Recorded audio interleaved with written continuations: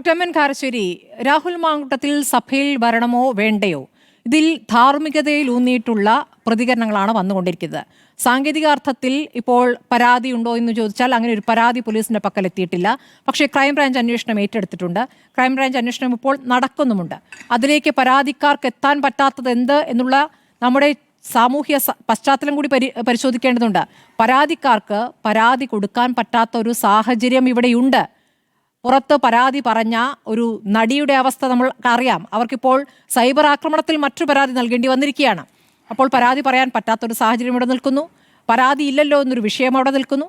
രാഹുൽ മാങ്കൂട്ടത്തിൽ സഭയിൽ വരണോ?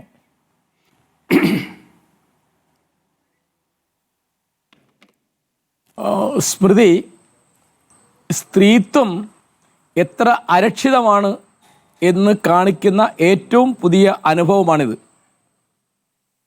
രാഹുൽ മാങ്കൂട്ടത്തിൽ യൂത്ത് കോൺഗ്രസിൻ്റെ സംസ്ഥാന പ്രസിഡന്റ് ആവാൻ പറ്റാത്ത ഒരാളാണ്. അദ്ദേഹം കോൺഗ്രസിലെ മെമ്പറായി തുടരാൻ പറ്റാത്ത ആളാണ് എന്ന് ആ പാർട്ടി തീരുമാനിച്ചു.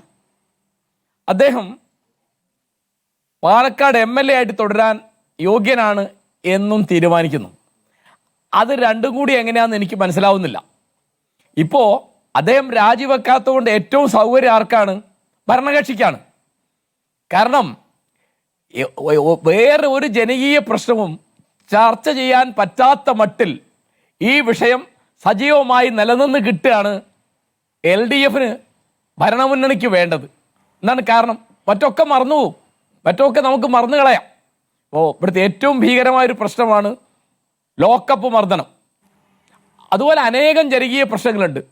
ഇപ്പോൾ വയനാട്ടിലെ ഉരുൾപൊട്ടലിൻ്റെ ഇരകൾക്ക് ഉള്ള ദുരിതാശ്വാസം, അങ്ങനെ ഒരുപാട് പ്രശ്നങ്ങൾ.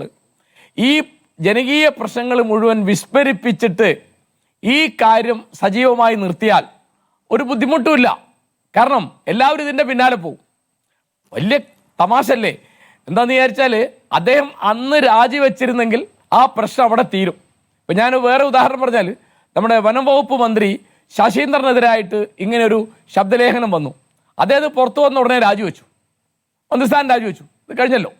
അപ്പോൾ ഇദ്ദേഹത്തിന് രാജിവെക്കാൻ മന്ത്രിസ്ഥാനമല്ല, MLA സ്ഥാനമാണുള്ളത്. അപ്പോൾ ഇദ്ദേഹം MLA സ്ഥാനം രാജിവെച്ചാൽ, ഞാൻ അന്ന് വാർത്തകളിലൊക്കെ കണ്ടത്, പാലക്കാട്ട് ബൈ ഇലക്ഷൻ വരികയാണെങ്കിൽ അതുകൊണ്ട് BJPക്ക് ഗുണം വരും എന്നാണ് അവരുടെ കണക്കുകൂട്ടൽ. കാരണം BJP 2ാം സ്ഥാനത്താണല്ലോ. പക്ഷേ രാഹുൽ മാങ്കൂട്ടത്തിൽ രാജിവെക്കാതിരുന്നാൽ ഒരു 130 മണ്ഡലങ്ങളിൽ ഇത് പ്രശ്നം പറയാൻ പറ്റും LDFന്.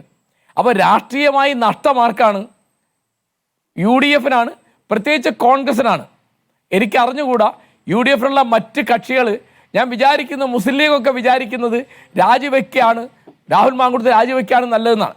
അപ്പോൾ അദ്ദേഹം ചെറുപ്പക്കാരനാണ്, അദ്ദേഹത്തിന് തെറ്റുപറ്റിയിട്ടുണ്ടാവും. തെറ്റുപറ്റിയെന്ന് കോൺഗ്രസ് പാർട്ടി വിചാരിക്കുന്നതുകൊണ്ടാണല്ലോ അദ്ദേഹത്തെ പാർലമെൻ്ററി പാർട്ടിയിൽ നിന്ന് ഒഴിവാക്കിയത്, സ്പീക്കർക്ക് കത്ത് കൊടുക്കുന്നത്, പാർട്ടിയിൽ നിന്ന് അനിശ്ചിതകാലത്തേക്ക് സസ്പെൻഡ് ചെയ്യുന്നത്, യൂത്ത് കോൺഗ്രസ് പ്രസിഡന്റ് സ്ഥാനം രാജിവെപ്പിക്കുന്നതൊക്കെ. അപ്പോൾ ഇതൊക്കെ ചെയ്യാം. അപ്പോൾ പരാതി ഉണ്ടോ എന്നുള്ളതൊന്നല്ല. പിന്നെ ഏറ്റവും പ്രധാനപ്പെട്ട കാര്യം, ശ്രീ മുസ്തഫ പറഞ്ഞ മാതിരി ഇന്ന് വരെയും ആ ശബ്ദം തൻ്റേതല്ല, ഞാൻ അങ്ങനെ പറഞ്ഞിട്ടില്ല, അത് നിങ്ങൾക്ക് തെളിയിക്കാൻ പറ്റുമോ എന്ന് രാഹുൽ മാങ്കൂട്ടത്തിൽ ചോദിച്ചിട്ടില്ല. അദ്ദേഹം ഏറ്റവും പുതുതായിട്ട് പറഞ്ഞു, ഞാൻ കേട്ടത് ഇത് മാധ്യമ ഗൂഢാലോചനയാണ്. അതെ. അപ്പോൾ അദ്ദേഹം രാജിവെച്ചാൽ അതിൻ്റെ ഗുണം UDFനാണ്.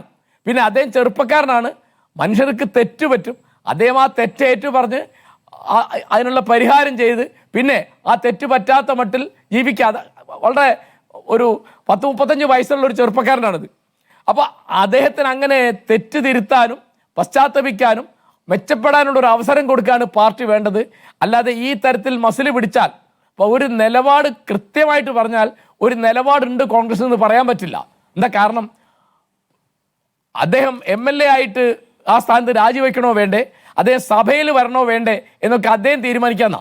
അദ്ദേഹം സഭയിൽ വരാൻ ഇടയുണ്ടെന്ന് ഇടയില്ല എന്ന് ശ്രീകുമാർ പറഞ്ഞ മാതിരി തന്നെ എനിക്കും തോന്നുന്നത്. കാരണം അദ്ദേഹം വന്നാലും വന്നില്ലെങ്കിലും അടുത്ത സഭാ സമ്മേളനത്തിലെ പ്രധാനപ്പെട്ട പ്രശ്നം രാഹുൽ മാങ്കൂട്ടത്തിനെതിരായിട്ട് ഉയർന്ന ലൈംഗിക ആരോപണമാണ് എന്ന് ഒരു സാമാന്യ ബുദ്ധിയുള്ള ആർക്കും മനസ്സിലാവും.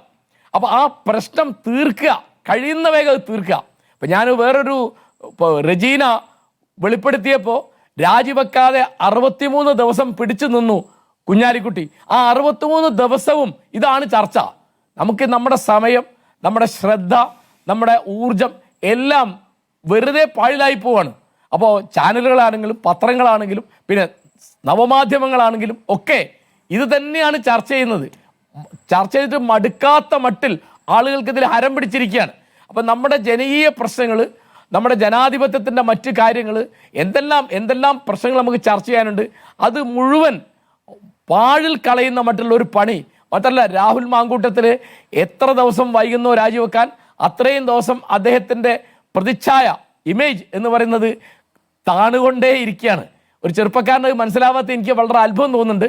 വളരെയധികം പ്രതീക്ഷ ഉണ്ടാക്കിയ ഒരു പ്രസംഗക്കാരനും പ്രവർത്തകനുമാണ് Rahul Mamkootathil.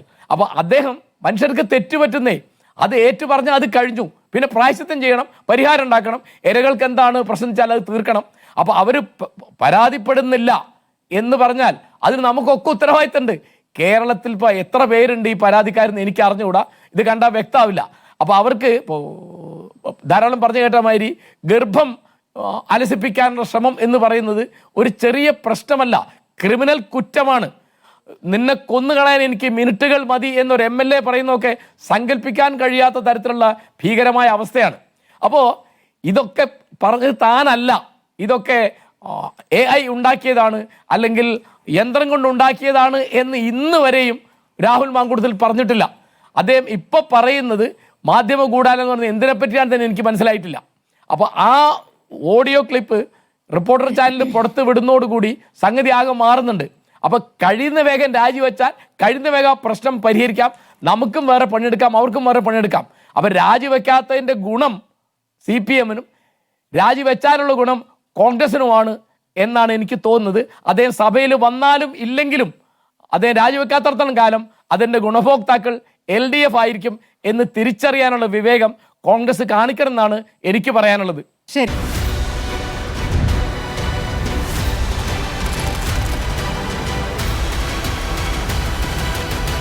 Debate with Smriti Parithikar.